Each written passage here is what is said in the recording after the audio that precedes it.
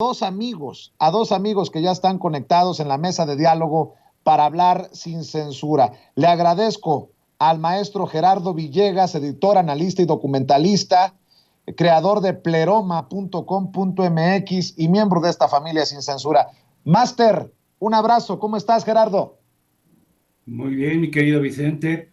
Pues igual uniéndome al festejo por tu tremenda participación esta mañana y precisamente el tipo de cuestionamientos que se le deben hacer al presidente de otro tipo de temas, no solamente la confrontación o el golpeteo muy al estilo de un sujeto que creo que le hacen llamar Irving Chillón, sino que más bien establecer un diálogo, un verdadero diálogo sobre temas que no trata la prensa corporativa y que naturalmente algunos de los medios independientes también pues han dejado de pasar por alto. Entonces, pues antes que otra cosa, felicitarte por marcar la agenda yo creo que de este día y por lo menos de un buen tiempecito para acá, mi querido Vicente. Gracias, querido Gerardo. También saludo al coordinador del periódico Regeneración, analista político, colaborador de Polemón, la revista Polemón, y miembro de esta familia sin censura, Jorge Gómez Naredo. Jorge, gracias por hacer circo, maroma de teatro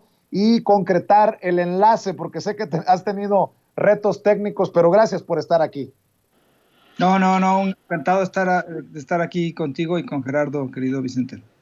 Gracias. Gerardo, dame tu opinión de las declaraciones del presidente. Admite que sí todavía hay prácticas que no son la regla, son la excepción, dice, pero sí hubo prácticas de malandros. Yo le exponía que por más que se dijera que había sido una jornada pacífica, había estos casos y el presidente también abre la puerta para que se vaya por la ruta de las impugnaciones, si así lo considera la candidata en Aguascalientes, la candidata en Durango y obviamente el partido Morena por las irregularidades que hemos también aquí en Sin Censura consignado. Dame tu opinión de lo que dice el presidente.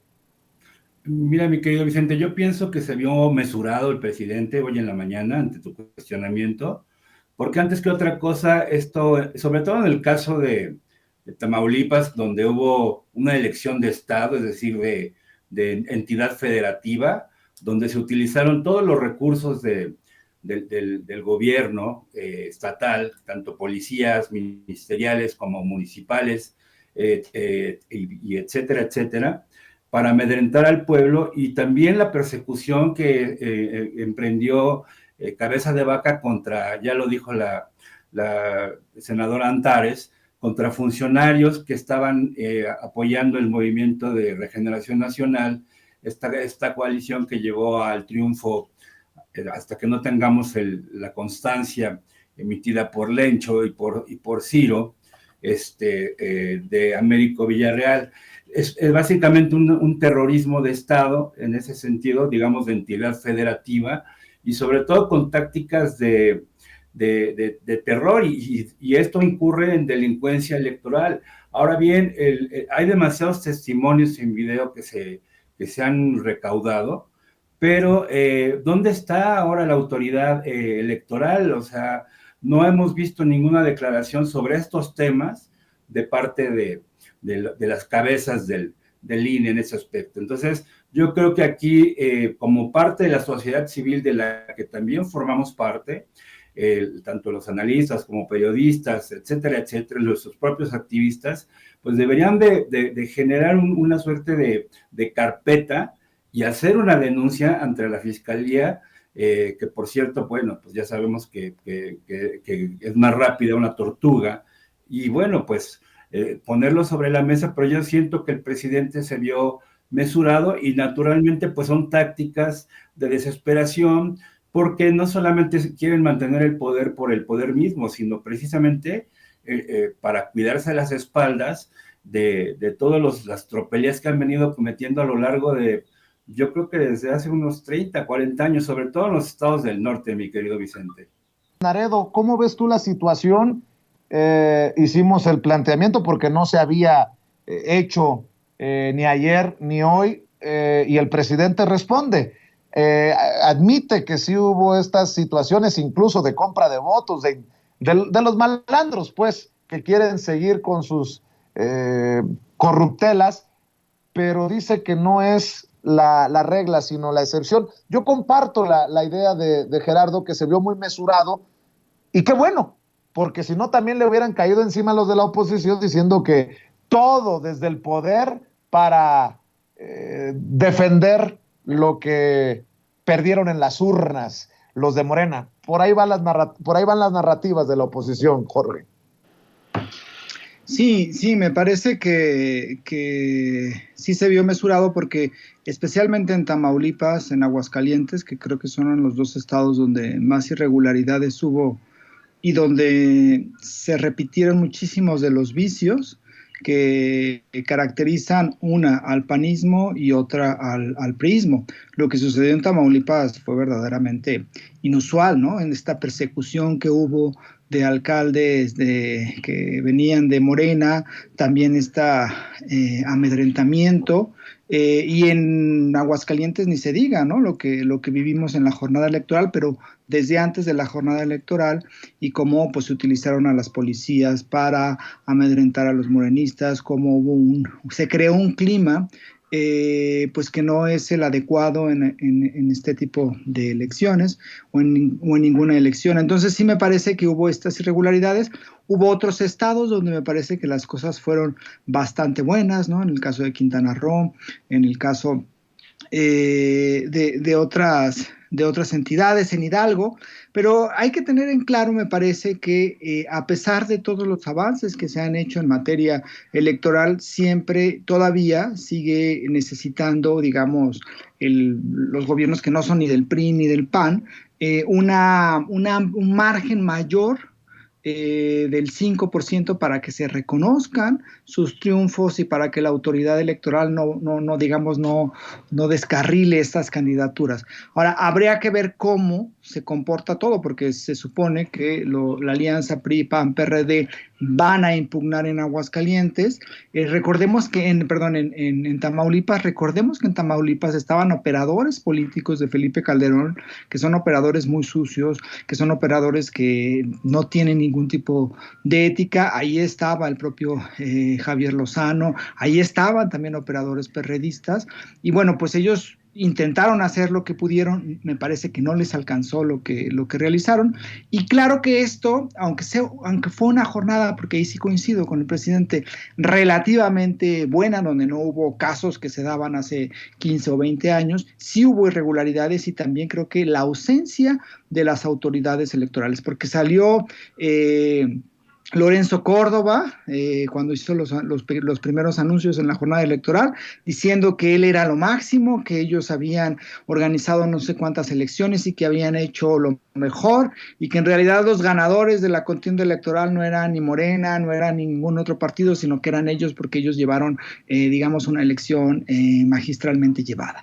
Y me parece que no es así, ¿no? Entonces yo creo que habría que empezar a hablar nuevamente de la reforma electoral y de lo necesario que es, porque me parece importantísimo que en este país se den, digamos, procesos electorales, donde no se tenga que recurrir a ningún tipo de estas, o sea, donde no se recurra a ningún tipo de irregularidades, de compra de votos, de utilización de los recursos públicos para ganar votos.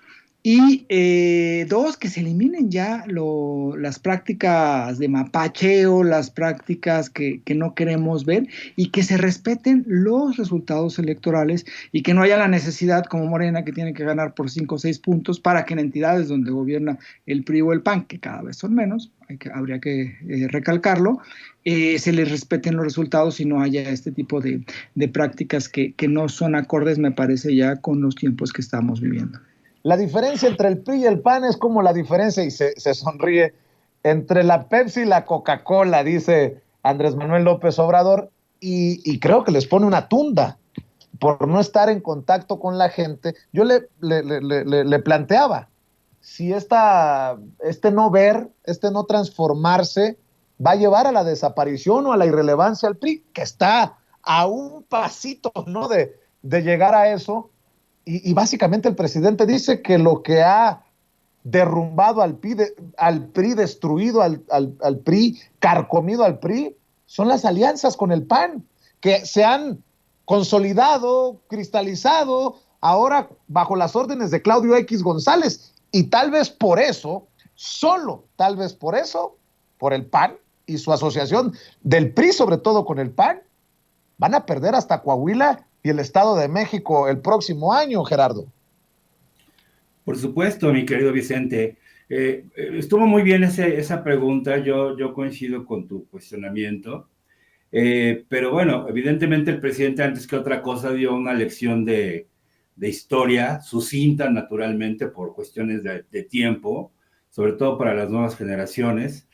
Y bueno, evidentemente el por qué proviene del PRI, por qué sale López Obrador del PRI, y él da una explicación muy interesante de que en sus orígenes, pues el PRI naturalmente emana del movimiento revolucionario, su antagonista fue precisamente el PAN, que estaba en contra precisamente de las políticas sociales, sobre todo agraristas, respecto a la cuestión del ejido, y hace todo un recorrido de la historia hasta más o menos en la época de Carlos Salinas.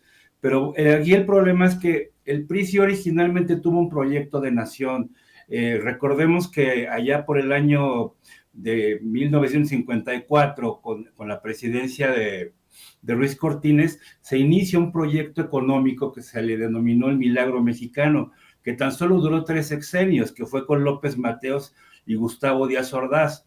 Es decir, el desarrollo estabilizador, la cuestión del crecimiento económico hacia el interior, una vez obtenida la soberanía sobre el petróleo y sobre y posteriormente con el sector eléctrico con López Mateos, era una política social, se construyeron viviendas de interés popular, de interés social, como se les llama ahora, se crearon instituciones muy importantes, sobre todo culturales, se crean, se incentivan asuntos muy de nuestra idiosincrasia, como el cine mexicano, el teatro, el ballet folclórico, es decir, una cultura hacia adentro, se fortalece la universidad, se fortalece el Politécnico, pero el problema acá viene cuando llega Gustavo Díaz Ordaz y más o menos también con la persecución que hace el propio López Mateos de los líderes de los trabajadores. Ahora bien, el problema del PRI en ese sentido fue la corrupción, ¿no? Es decir,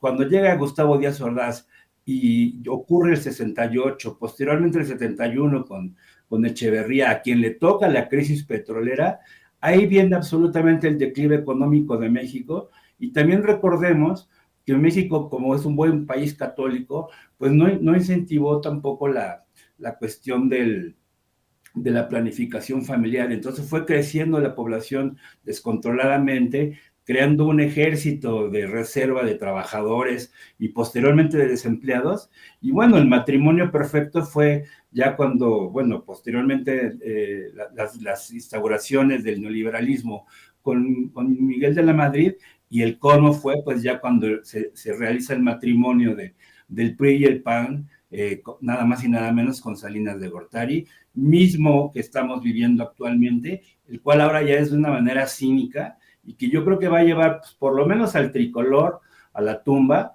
y posteriormente pues yo creo que también Acción Nacional, porque no tienen absolutamente proyecto.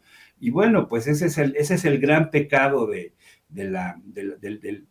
tanto del PRI como del PAN, y naturalmente pues los cuadros políticos, digamos, de alguna forma competentes, tanto intelectuales como de acción, pues como bien lo dijiste, pues no van a bajar de una nave espacial y se va a crear una administración pública de la nada, ¿no? Entonces, ese es el gran error, y es una gran respuesta sobre todo para la gente, sobre todo en Twitter, que están diciendo que Morena es el PRI 2.0. Entonces, en ese aspecto tiene mucha razón el presidente, y sobre todo destacar ese discurso histórico que no lo habíamos visto. Yo he hecho una suerte de estudio rápido, yo no lo había visto. Bueno, con López Portillo tenía una oratoria muy interesante. Quien tenga la paciencia de leer sus memorias se va a dar cuenta que también era un intelectual, pero también era un hombre que le gustaba mucho la uña, y bueno, pues eso fue el principio del fin, y yo creo que estamos presenciando ya ahora sí la debacle, como diría Vasconcelos, el desastre, mi querido Vicente. El pecado del PRI, aliarse, el PAN lo está llevando a la irrelevancia o la desaparición. ¿Tú lo ves también así? Bueno, yo pienso que el PRI ya tenía o sea, porque en realidad cuando gana Enrique Peña Nieto fue como el resurgir de un nuevo PRI, de una forma. Creo que esa fue la idea que nos vendieron en los medios de comunicación y que nos trataron de imponer en todos los lugares, ¿no? El PRI se renueva, es el nuevo PRI, vean, con políticos jóvenes, audaces, que ya no tiene nada que ver con ese PRI antiguo, con ese PRI corrupto, con ese PRI autoritario, pero en realidad lo que vivimos en el sexenio de Enrique Peña Nieto, pues fue un PRI que abiertamente era corrupto, un PRI que era muy inútil en muchísimos aspectos y un PRI que continuaba siendo autoritario, ¿no? Y además que era un PRI completamente insensible, que era un PRI muy aliado al PAN, que era un PRI muy aliado a muchísimas prácticas neoliberales, es decir, la continuación. Y entonces me parece que eso abonó a que hubiera un rechazo hacia este PRI. Ahora, me parece que el PRI debió actuar como un partido que retoma ciertos principios revolucionarios, como fueron la justicia social, como es la defensa de la soberanía energética del país, pero decidió aliarse con Acción Nacional, pero al mismo tiempo perder completamente la identidad que todavía tenía o que podía llegar a recuperar al hacer esta alianza, que fue una alianza que ideó Claudio X González, borró cualquier diferencia con Acción Nacional, los puso en el mismo lugar, ¿no? Como son todos lo mismo. Es la única diferencia con lo de Andrés Manuel, ¿no? La única diferencia es que uno es Pepsi y otro es Coca-Cola, pero los dos son refresco de cola. Y además, pues, le dio el acabose esta alianza al PRD o a lo que quedaba del PRD, al cascarón que quedaba del PRD. Entonces, sí me parece que esta alianza, en lugar de beneficiar al PRI, pues lo que hizo pues fue destruirlo aún más. Me parece que el próximo año perderán el Estado de México, que es uno de sus grandes bastiones, así como perdieron Hidalgo en este año, y también hay altas posibilidades de que pierdan Coahuila y prácticamente se van a quedar sin absolutamente nada, con una alianza que no les ha beneficiado y completamente desfigurados en la cuestión ideológica. Es decir, ya no hay como una vuelta atrás. Se metieron a esta cuestión de que estamos en contra de la soberanía energética. Y me parece también que la oposición en su conjunto pues tuvo un gran problema porque nunca entendió que los mexicanos en 2018 votaron por una manera distinta de país, por un proyecto distinto de país. Y ellos apostaron a descarrilar ese proyecto en lugar de apoyarlo.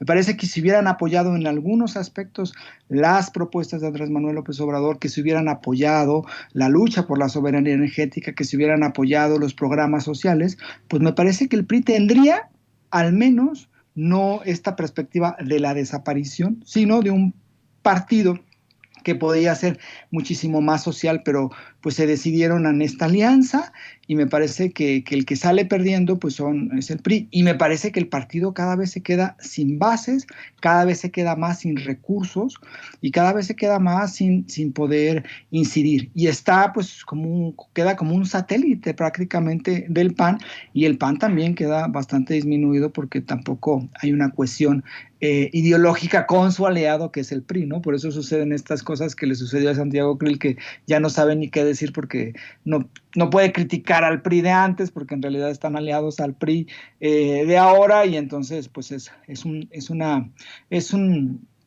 Frankenstein, ¿no? Su alianza, y eso se está ahora observando claramente de forma electoral. Para cerrar, también le pregunté sobre la investigación o no desde la UIF de Enrique Peña Nieto. Por cuestiones de tiempo ya no alcancé a abordar el tema de César Duarte, porque el viernes una colega, creo que fue la que le preguntó sobre el caso y dijo que no se iba a pronunciar porque se venían las elecciones y no quería romper la veda. Pero si se está investigando desde la UIF, como me dijo en entrevista Santiago Nieto, que había dejado armada una investigación de los flujos de capitales que llevan a Peña Nieto, invariablemente tendríamos que llegar a la Operación Zafiro, de César Duarte, recientemente extraditado a México, se encuentra tras las rejas en Chihuahua, y a todos estos personajes de ese PRI, Manlio Fabio Beltrones, Luis Videgaray, gobernadores y gobernadoras como Claudia Pavlovich, que han sido señalados ya en esta investigación. Esto fue lo que le pregunté al presidente y hay que estar al pendiente de lo que diga Pablo Gómez, quien tengo entendido, le puedo adelantar ya de Pablo Gómez, que estaría preparando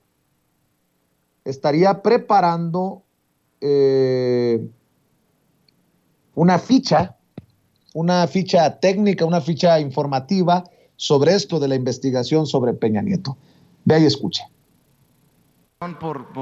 Por esto, pero hace una semana entrevisté a Santiago Nieto, el extitular de la Unidad de Inteligencia Financiera, y me hablaba, no sé si en confidencia pero en la conversación sale que él dejó encaminada, armada, una investigación de los flujos, los capitales que llevaban a Peña Nieto. Claro, se lo voy a preguntar, porque usted ha dicho que no hay un pacto de impunidad, pero sí hay un pacto con el pueblo de ir contra la corrupción. En tiempos de que se habla de Peña Nieto, de una visa dorada en España, su vida de millonario, la desaparición, válgame Dios, del archivo de la Casa Blanca, como lo consigna La Jornada. ¿Hay o no hay una investigación en la Unidad de Inteligencia Financiera sobre los dineros que llevan a Enrique Peña Nieto, el expresidente de México, hoy con Pablo Gómez al frente? Yo no tengo información sobre eso. Puede ser que tenga los datos o en el tiempo que estuvo Santiago Nieto haya hecho una investigación. No. ¿Usted no tenía conocimiento? No la conocí, pero es muy sencillo. Es cosa de pedirle a Pablo Gómez que nos diga si existe esa investigación. ¿Y en dónde está y a dónde va? Sí, que nos informe. Le agradezco, presidente. Sí, y hacemos ese compromiso. Le agradezco. Muy bien. Bueno, pues es lo que responde el presidente. Creo que sería una investigación poderosa, importante, por lo que, por ejemplo, desmenuza en su libro el maestro Jesús Lemus, Jaque a Peña Nieto y su imperio de corrupción, que fue su último libro que publicó. Tu opinión, la posible investigación desde la UIF a Enrique Peña Nieto o los dineros que llevan a Enrique Peña Nieto, y me imagino que si realmente investigamos los dineros que llevan a Peña Nieto, estaríamos hablando de muchos otros priistas y no sé si hasta panistas de alta envergadura, mi querido Gerardo. Por supuesto, es un gran reto. Yo creo que si esgrimiste una buena pregunta en ese sentido, más bien estoy seguro que lo hiciste, y sobre todo el compromiso. Ahora bien, recordemos que Pablo Gómez es un hombre muy experimentado, tiene una trayectoria política de más de 50 años, o sea, fue activista del movimiento del 68, es un hombre que ha militado desde muy joven en estas lides, pero ahí el problema que yo veo es que él no tiene precisamente la experiencia, digamos, de abogacía y de investigador como la que tenía, bien como la que tiene Santiago Nieto en ese sentido. Y volvemos a lo mismo. Llevamos casi 4 años ya de gobierno de la 4T, y no realmente tenemos solamente a Lozoya y un par de paganos del PAN respecto a los escándalos, digamos, de corrupción, pero pues entonces tenemos 2 años precisamente para que caiga un pez gordo, ahora sí que evocando al ridículo de Vicente Fox, quien prometió también investigar la corrupción, porque entonces no tendría ningún sentido que esta transformación no hiciera justicia, pero no tanto como una venganza, sino porque es un clamor popular, y no solamente de parte de la sociedad civil, sino también por parte de nosotros, de las personas que nos dedicamos a la información o a las letras o qué sé yo, sino es un clamor popular, ¿no? Porque la gente, como diría bien el presidente, la gente se cansa de tanta pinche tranza Y veamos el caso de Cabeza de Vaca, ¿no? No anda escondido, quién sabe dónde metió la cabeza, y con todo y orden de aprehensión, hicieron cuestiones leguleyas para que no fuera prendido, se atrincheró en la casa de gobierno con su policía, y bueno, quién sabe dónde rayos esté ahora el tipo, ¿no? Está escondido por ahí en un rincón como la muñeca fea, pero habríamos de exigir tanto a la fiscalía, sobre todo a la UIF y a la fiscalía, sobre todo lo que se dice ser expeditos, ¿no? En ese sentido, porque no podríamos llegar a 2024, digamos, en Latinoamérica, ¿cuántos presidentes han caído? El propio Lula estuvo preso, Alan García se pegó un tiro, tenemos cualquier cantidad de ex jefes del Ejecutivo latinoamericanos en prisión, en Islandia también, incluso me parece en Finlandia, pero en México pues prácticamente la impunidad sigue, por eso es que también es bueno el cuestionamiento de que si hay un pacto de impunidad o no. Ahora bien, si existe esto, pues habría que darle un ultimátum de tiempo, porque es un clamor popular en ese sentido, mi querido Vicente, y yo creo que es una deuda pendiente de la 4T, porque como te lo dije el otro día, el sistema judicial en este país pues no se ha transformado, tenemos magistrados anquilosados, etc, etc. Entonces, en ese sentido yo creo que sí nos han quedado de ver, mi querido Vicente. Jorge, cerramos con tu reflexión, con tu comentario. Sí, pues me parece que habría que preguntar a Pablo Gómez si existe esta investigación y si se le dio continuidad a lo que se había hecho con Santiago Nieto. Me parece que sí hay un reclamo a la Fiscalía en especial por la lentitud con la cual se están manejando muchísimos casos de claros elementos de corrupción. Los procesos de investigación son complicados porque, bueno, pues habría que ver cuáles son las evidencias, si hay evidencias, si estas evidencias son claras en todos los sentidos. Y también está el problema, pues, de los propios jueces y de la fuerza que tiene todavía el Poder Judicial y muchísimas personas que están ahí en el Poder Judicial y que son parte, ¿no?, del viejo régimen y de una tendencia muy conservadora, cuáles son los impedimentos o lo que pueden llegar a impedir, ¿no? Pero a mí me parece que sí es un reclamo, especialmente por estas figuras y por lo que causan, el enojo que causan la población. Por ejemplo, cuando Felipe Calderón sale junto con Checo Pérez aventándose, ¿no?, muy felices en Mónaco, riéndose Felipe Calderón, yo creo que eso indigna a muchísima gente que lo considera un delincuente y que considera que debería estar en la cárcel por todo lo que provocó. Ahora, menos mediático Enrique Peña Nieto, pero también indigna muchísimo la vida prácticamente de jeque que se da en Madrid, en España, y que pues se le da un trato de rey hasta por el propio gobierno español, ¿no? Entonces me parece que sí hay como elementos para que se explote esa parte de lograr un poco de justicia, porque al final creo que la gente es la que reclama que haya investigaciones que vayan de forma más profunda y especialmente que vayan de forma muchísimo más rápida. Yo creo que también por eso es el reclamo que existe hacia la Fiscalía, que no ha actuado y que me parece que en muchísimos sentidos ha decepcionado a muchísima población. Gómez Naredo, ¿en dónde te leen, en dónde te buscan, en dónde te encuentran las miles de personas conectadas para que te apoyen? Pues acabamos de sacar el nuevo número de Regeneración, ya se está distribuyendo en todo el país, yo creo que estamos planeando ya el próximo, entonces en ese proceso estamos. Y bueno, también colaboro en la página polemon.mx y pues en redes sociales, en Twitter estoy como JG Naredo y en Facebook como Jorge Gómez Naredo. Gracias, Jorge. Maestro Gerardo Villegas, ¿en dónde te apoyamos a ti? Bueno, me pueden encontrar en www.pleroma.com.mx, ahí está todo mi catálogo editorial, montajes teatrales, miscelánea, etcétera, etcétera. Mi canal de YouTube es Gerardo Villegas Editor, y los viernes con el maestro Ricardo Sevilla en Los Datos Duros, los viernes a las 8:30, y bueno, y cuando sea factible, pues aquí en en Sin Censura, mi Twitter es @pleroma0 con Z, y bueno, pues encantado, un saludo a Jorge, encantado de verlo, hace mucho tiempo que no lo veía, y bueno, pues aquí seguimos, mi querido Vicente, y te reitero mi felicitación. Gracias, Gerardo. Gracias, Jorge. Nos vemos muy pronto en otra mesa de diálogo en este espacio libre como el viento en el que cabemos todos.